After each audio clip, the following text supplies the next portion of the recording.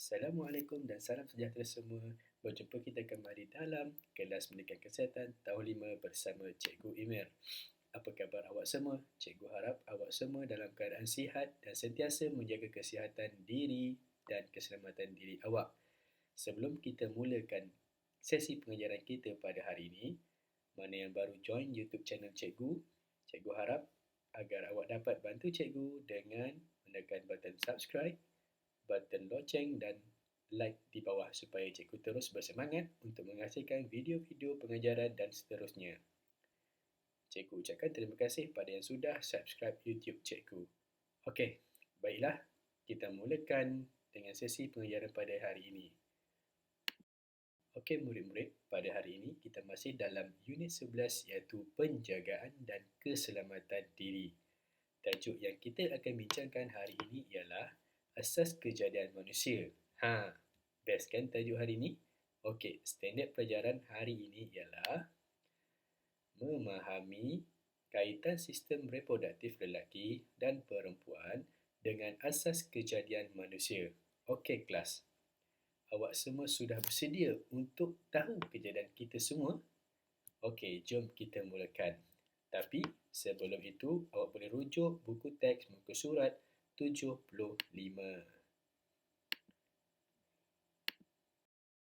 Okey kelas, objektif yang perlu awak capai pada hari ini ada dua. Okey. Yang pertama, kamu dapat menjelaskan proses persenyawaan. Okey. Yang kedua, kamu dapat menjelaskan proses pembesaran janin. Senang kan? Jadi, kamu harus tengok video ini hingga habis. Cikgu bantu awak untuk mencapai objektif hari ini. Okey, baiklah. Sekarang, jom kita tengok proses kejadian manusia. Agak-agak awak, berapakah proses yang perlu dilalui sehingga terjadinya manusia? Berapa? Okey kelas, kejadian manusia ada 4 proses yang perlu awak ingat. Proses yang pertama ialah perkahwinan. Proses yang kedua ialah persenyawaan. Proses yang ketiga ialah pembesaran janin. Dan yang terakhir ialah kelahiran. Jom cikgu terangkan lebih terperinci. Okey, proses yang pertama ialah perkahwinan. Apa itu perkahwinan? Okey, perkahwinan ialah ikatan hubungan yang sah antara lelaki dan perempuan. Yang sah tau, lelaki dan perempuan. Okey. Okey, seterusnya proses yang kedua ialah proses persenyawaan. Jadi awak tahu tak apa itu proses persenyawaan? Okey, kalau tak tahu, dengar sini. Okey, sperma dari sistem reproduktif lelaki disalurkan ke dalam faraj perempuan. Okey, kemudian sperma tersebut berjumpa dengan ovum yang dihasilkan oleh sistem reproduktif perempuan. Dan yang ketiga ialah kemudian sperma bercantum dengan ovum dan proses tersebut dipanggil persenyawaan. Faham kan? Mudah je nak ingat tu. Ada 3 fasa yang perlu awak ingat. Okey, kamu semua pernah lihat ibu atau wanita mengandung? Mesti pernah lihat kan? Okey, mengandung itu ialah dipanggil proses pembesaran janin. Jadi, dalam proses ini ada 3 fasa yang perlu kamu semua ingat. Okey, fasa yang pertama ialah dari pencantuman sperma dan ovum tadi akan membentuk sel dan sel tersebut akan berganda kepada 2, 4, 8 dan seterusnya membentuk zygote.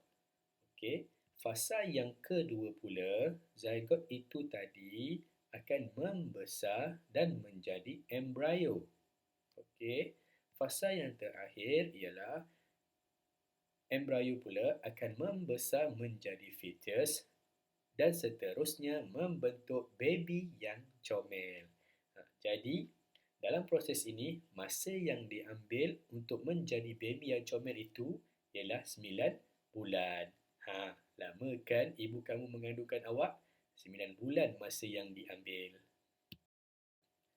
Okey, proses yang terakhir ialah proses kelahiran. Yang ni yang ditunggu-tunggu oleh pasangan yang sudah kahwin.